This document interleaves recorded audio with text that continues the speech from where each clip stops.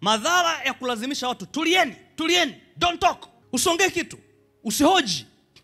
Nimeona baadhi ya familia hadi mtoto hawezi kuuliza swali. That's very dangerous. Nakumbuka katika level fulani ya elimu sitazungumza huyo mwalimu asitaka kujulikana ni nani.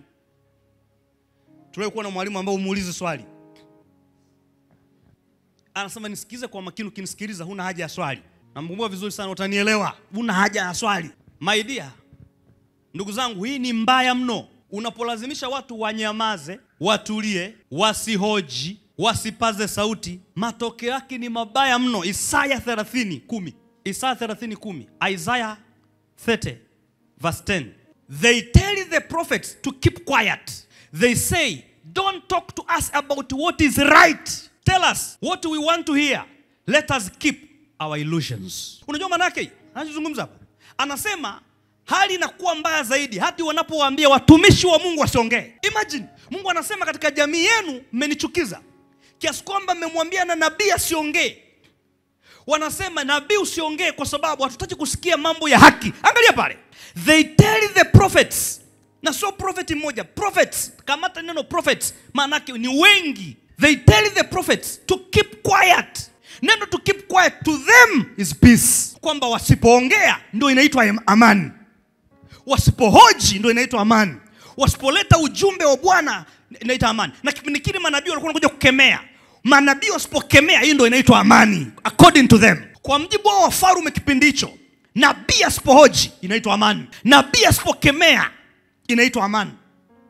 Tena wakaweka command, angalia command. They tell the prophets to keep quiet. Neno they tell manake they order them. They have ordered the prophet to keep quiet. It's an order. Why? Wanasema they say don't talk to us about what is right. Mtuambie mambo ya haki. When you see watu wanataka kuambiwa kilicho haki. Haki ya hii kampuni, haki ya wafanyakazi, haki ya wanafunzi, haki ya raia, haki ya waumini. Ukiona mtu anasema wasungumze haki, there's a big problem and God is not happy. They tell the prophets to keep quiet. They say don't talk to us about what is right. Tell us what we want to hear. Let us keep our illusions.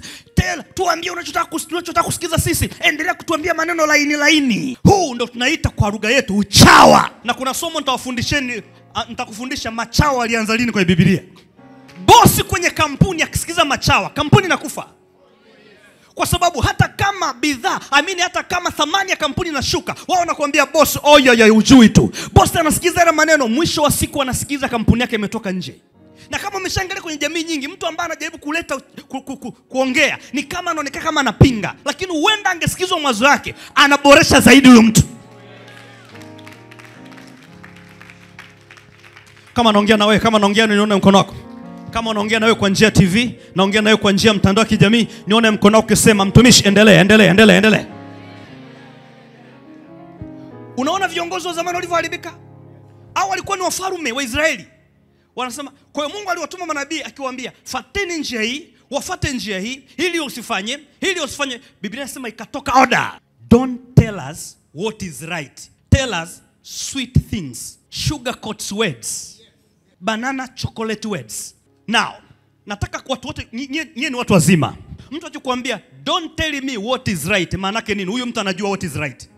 Isipokuwa ameamua kupindisha. Ndio wale ambao Isaya anasema njia yao waifuatayo wamepindua njia na hapata kuwepo na amani kwao. If a person tells you don't tell me what is right, it means that person knows what is right and knows what is wrong. Hii ndio jamii tulionayo. Hao ndio watu tulionao. Hao ndio marafiki ulionaye. Angalia rafiki ulionaye. Una rafiki ambaye unaweza kumwambia hilo kweli, kesho mkaendelea kwa marafiki? Kagua. Ndio maisha ya wanadamu yamefika hapa.